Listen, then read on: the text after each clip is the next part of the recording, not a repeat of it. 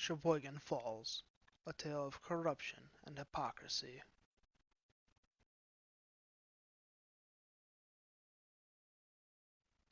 Sheboygan Falls recently passed a short-term rental ordinance that has drastic effect on how the city works. This video will lay out the negative impact on tourism in Sheboygan Falls from this ordinance, the conflict of interest of Alderman Terry Van Engen, hence the corruption allegation, the stark hypocrisy of Al Meyer on how he utilizes Airbnbs but doesn't want to see them in our town, and the condemned disregard of Paul Jensen on the fact that this de facto ban will kill businesses and how he apparently doesn't care. With all the strict regulations that they passed, you would assume that there is something drastic issue within Sheboygan Falls. However, you would be wrong. If we look at the breakdown in Sheboygan Falls, we can see per the 2019 census, the city population is just shy of 8,000 people. When the city reached out to me, they had known about 6. Through my own education or research, I found that there were 9 active rentals. That's approximately 1 per 1,000 people. If we look at the pie graph, we can see what the difference between Airbnbs to the overall population of. It's the white line. It's measurable. The biggest point of contention with the ordinance as it is written is a prohibition on renting less than 7 days, as it is a de facto ban. If we look at the numbers, the average stay in Sheboygan Falls is typically 3 to 4 days. People typically will visit Sheboygan Falls for golf outings, fishing trips, weddings, funerals, cooler spa visits, etc. All of these reasons are located outside of Sheboygan Falls. They are in Sheboygan Falls due to the Airbnbs that they are visiting, and as such, they then in turn interact with Sheboygan Falls local businesses. But Falls itself does not have any native attraction. These points were not just brought up by me. If you listen to what the Sheboygan Falls Chamber of Commerce has to say, she'll bring out many valid points on the importance of Airbnbs and short-term rentals. Cheryl Bornick from the Chamber Main Street. And as the recipient of the room tax that Sheboygan Falls collects, we accept that and do promotion for the city of Sheboygan Falls. I really commend the people who do the short-term rentals here in Sheboygan Falls for doing that. And I believe if we do not understand the importance of offering these short-term rentals, we are missing a great opportunity as a city for tourism to present that friendly, that welcoming, that come and stay here. For our business, we like to say that we are in the middle of the county and people can travel east and west, north and south. And we offer that for visitors also, not just for business clients, but also for visitors, that they have that opportunity to travel in all these different directions. They stay here, they're gonna be buying gas, going to our restaurants and our shops, all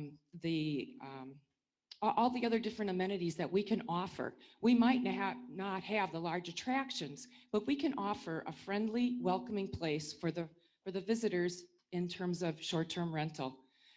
So as an organization, we will be losing the opportunity to collect that money that is given to us. Cheryl has brought up many good points about the short-term rentals. If we look at the positive influences we've had in Falls, we can see that increased tax revenue to increase tourism in Falls. Guests have spent additional money within visiting our restaurants, our gas stations, and our shops, all of which are in downtown. Next, let's listen to what Daryl has to say about tourism within Falls, as he is both a member of the Chamber of Commerce and also runs a short-term rental. Good evening, Daryl Latman. I'm representing 858 Monroe Street in Sheboygan Falls, DB Ottman. And I guess my thought, I am a member of the Sheboygan Falls Chamber Board, but I see this is going to be and you shorten it or lengthen the stay to 6 days, will eliminate a lot of stays, which is going to take away from our tourism.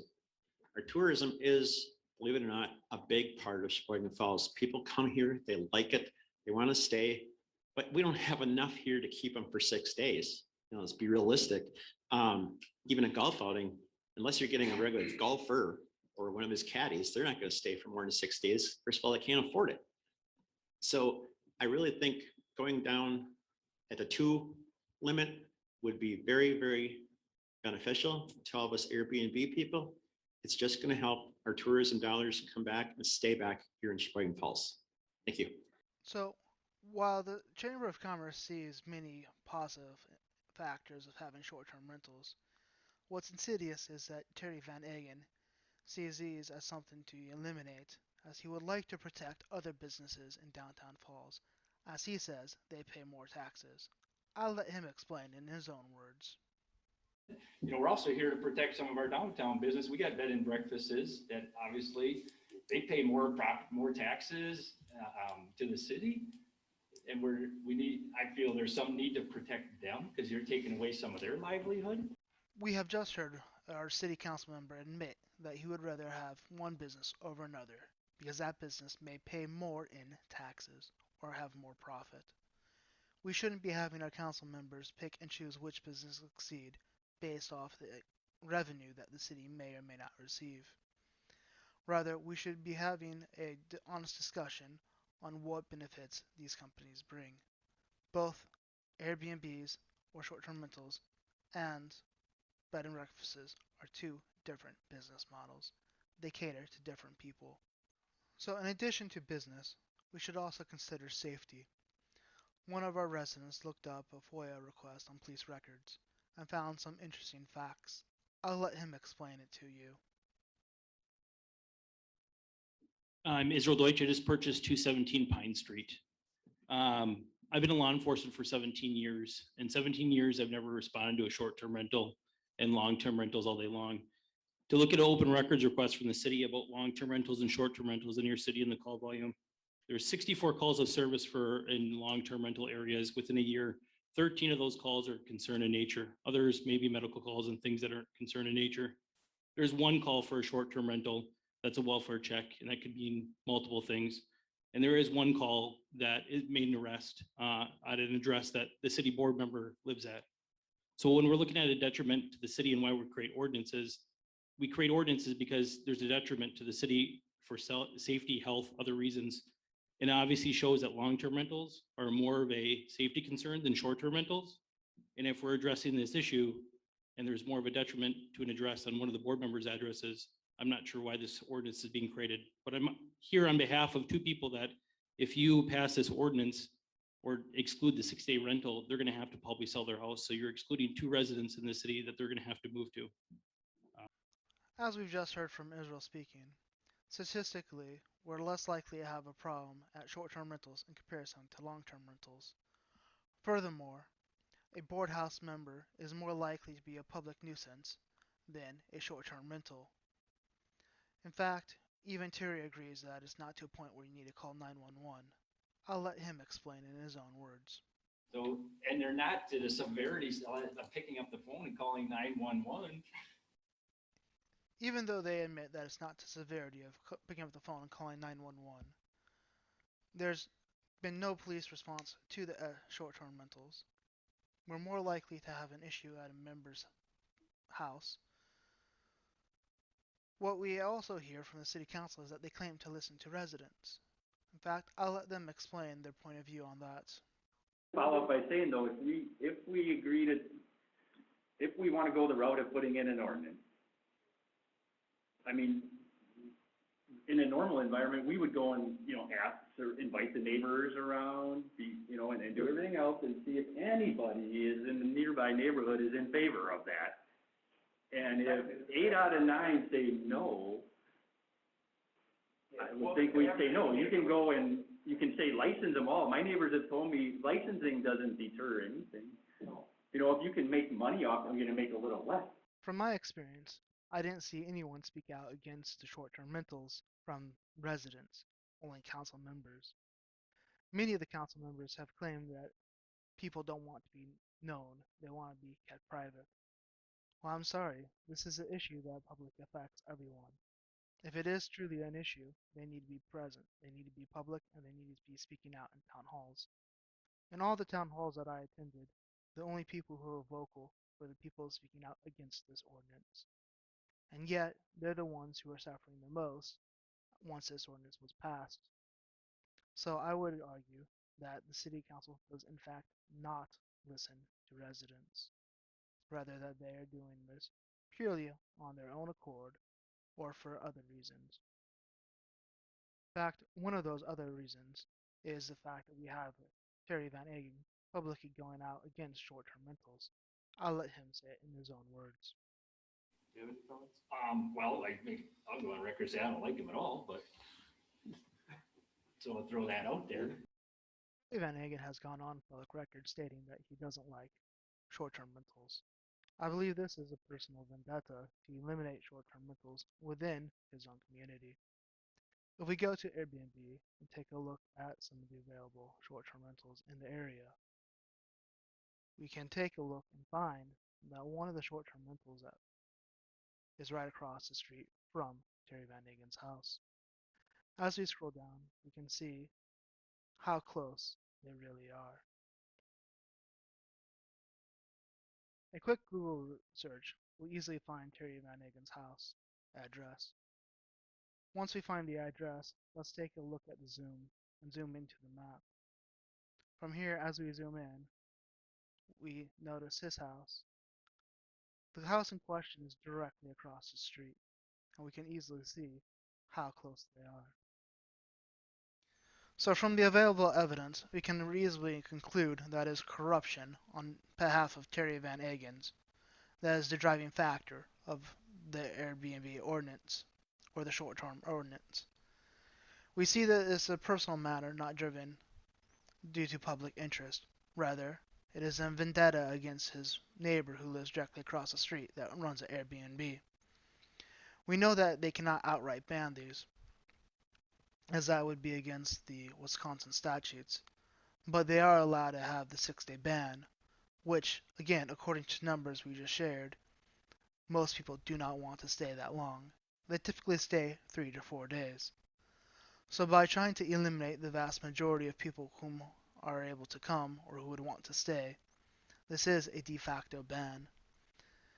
It is a huge conflict of interest on multiple levels, especially because, when asked, they cannot share who has complained or who wants to see this. There have been many people who have spoken out against this ordinance, but I have not seen a single person in the town hall who has spoken out in favor. So while we see corruption on his behalf, we're trying to ban or eliminate Airbnbs because he doesn't want to see them in his neighborhood.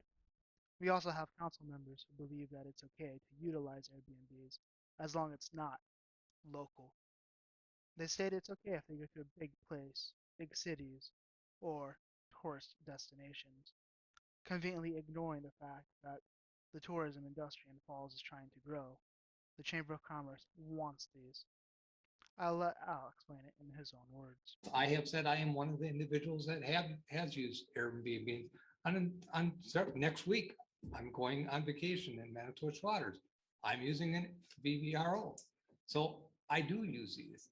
I'm not trying to say that I'm being hypocritical or anything like that, but I also take a look at where I am using these. I'm using them in a very recreational area, such as Manitowoc Waters. It's, that people go up there to go vacation. That's a big part of their business there. Otherwise, I'm going to major cities, Indianapolis, Nashville, Tennessee, those very large, Orlando, very large communities. I take a look at that different than here in Sheboygan Falls. One of the other things that I've heard is that people appreciate knowing their neighbors.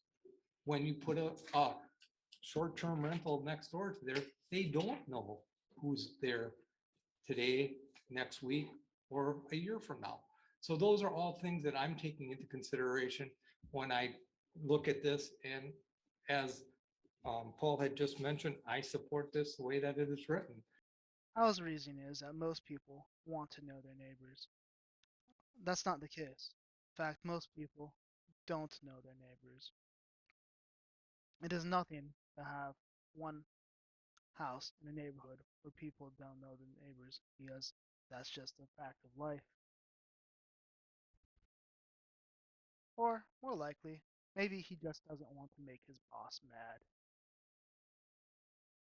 There's evidence that the city council members don't serve the public with the best interests. When asked of Paul Jensen if they intend to ban short-term rentals through the 6-day limit, what are your suggestions that I do as a business in Sheboygan Falls? I.e., how would the city like to convince me to continue investing into the city that just killed my business?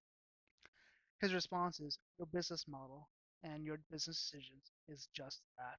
It's yours. And I wish you luck in your future endeavors. This is showing callous disregard for ruining someone's livelihood. With the 6-day ban, it makes it near impossible to continue any chance of having Airbnb or short-term rental as a viable method of earning income. So it does in fact kill businesses. It does in fact ruin tourism in Falls, and it does in fact demotivate people to come and stay in Sheboygan Falls. And as Paul Jensen shows, it's just that. It's yours. And they wish us luck in our future endeavors. They don't care about us. It's all about serving the city council and getting what they need out of it. So the question is, where should we go from here? I think the most important thing is to contact your alderperson or just any member and tell them what you think. That you don't want to see corruption or conflict of interest within the city. That you want them to actually represent business owners. You want to improve tourism. You want to see Sheboygan Falls grow. You don't want to see council members try to pass ordinances just because they hate their neighbor. There's many things that we can do. And the most important thing is look at when their terms expire. We should start voting the ones who are corrupt out of office. We need to get people who are honest, who will actually take care of our city in office. So we need to be active. We need to take care of our city. Thank you.